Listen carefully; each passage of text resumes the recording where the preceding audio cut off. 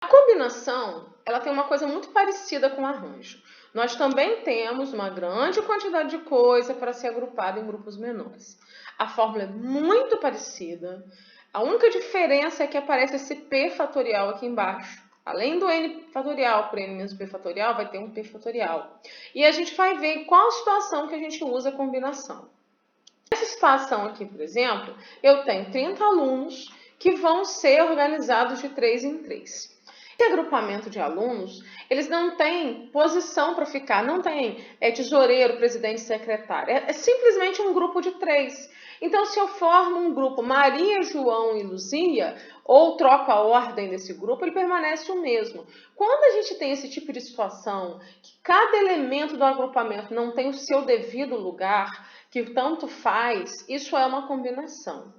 Eu tenho um total de 30 alunos que serão organizados de 3 em 3. Eu tenho uma combinação 30 de 3 em 3. Lembrando que o que muda da fórmula de arranjo para a combinação é esse 3 fatorial que aparece aqui embaixo.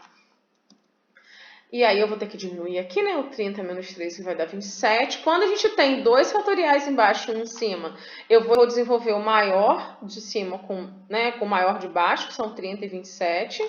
Desenvolvi 30 até chegar a 27, né, para poder fazer o cancelamento. Como o 3, eu não tenho um fatorial em cima para desenvolver com ele, eu resolvo esse fatorial. Fatorial de 3 é 3 vezes 2, que vai dar 6, né? E aí faço cancelamento de 27 fatorial com 27 fatorial. Multiplico 30 vezes 29 vezes 28, vai dar 24.360, dividido por 6 dá 4.060. Sobre uma circunferência, marcam-se pontos distintos, tá? Nós temos uma circunferência, marquei 10 pontos nela, tá bom? Vai lá e marcou. 10 pontos.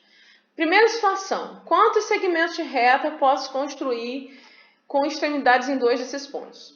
Segmento de reta eu preciso de 2 pontos.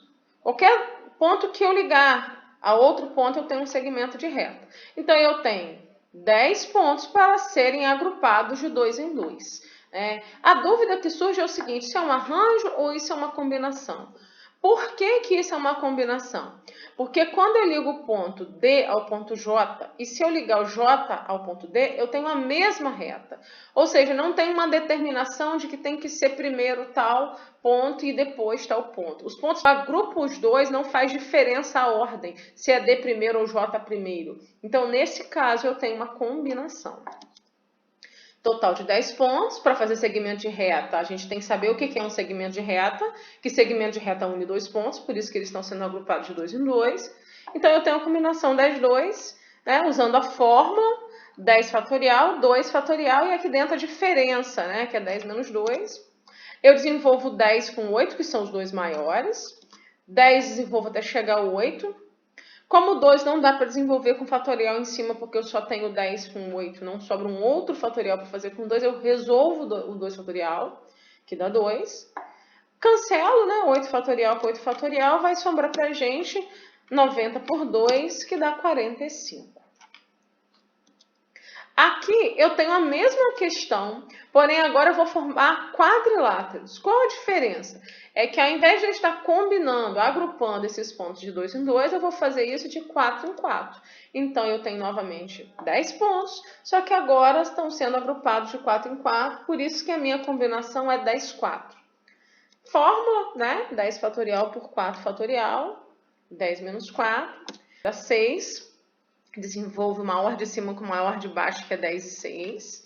10 até chegar a 6, 10, 9, 8, 7, até chegar a 6 fatorial, para poder ficar igual de baixo e fazer o cancelamento, né? E eu não posso esquecer de colocar o fatorial quando eu paro o desenvolvimento, porque esse desenvolvimento ele não é feito até o fim, ele só termina quando chega a 1. Então, todo desenvolvimento de fatorial que eu faço, onde eu paro, eu coloco fatorial para indicar que não termina ali.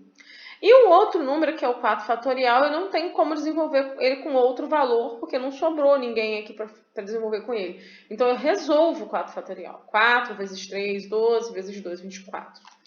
Sobrou para a gente 10 vezes 9 vezes 8 vezes 7, que dá 5.040, dividido por 24 vai dar 210. Nesse exemplo, eu tenho o seguinte... 9 funcionários de uma empresa, 5 vão participar de uma gravação de campanha publicitária, né? E aí vai formar da seguinte maneira. de 4 pessoas, sendo 2 homens e 2 mulheres. Então, eu tenho a situação aqui que é a seguinte, eu vou ter que fazer cálculos de mulheres e de homens separados para depois juntar isso aí. Primeiro, eu vou fazer uma combinação dos homens, ou mulher, tanto faz, se vocês acharem melhor. Vou fazer a combinação, 4 homens, 2 a 2, né, na fórmula de combinação. Aí vai ficar 4 fatorial por 2 fatorial, 4 menos 2 dá 2 também. Desenvolvo 4 com 2 aqui, né? Desenvolvo 4 até chegar ao 2. Esse outro 2 eu resolvi, dá 2. E aí faço o cancelamento dos 2 fatoriais, eu vou ter 12 dividido por 2, que dá 6. Então, a quantidade de combinações entre os homens dá 6.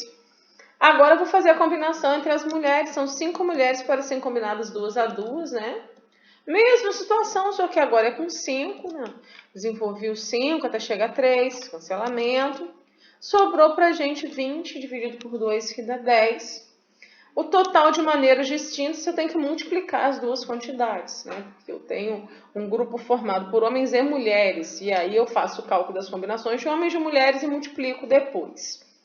Por que esse cálculo é combinação e não é arranjo?